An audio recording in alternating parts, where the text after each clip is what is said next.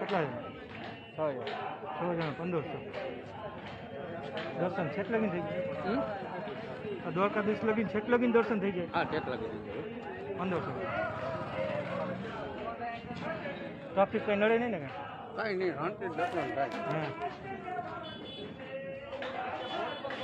ઓછા ના થાય કાંઈ? ઓછા ના થાય? હું તો બંધાયેલો છું, નકર હું તમને ના ન કહું. ના ભાઈને વાત કરી દીધું છું ને. મારે બાંધેલા છે એવું અડધી કલાક વાત છે.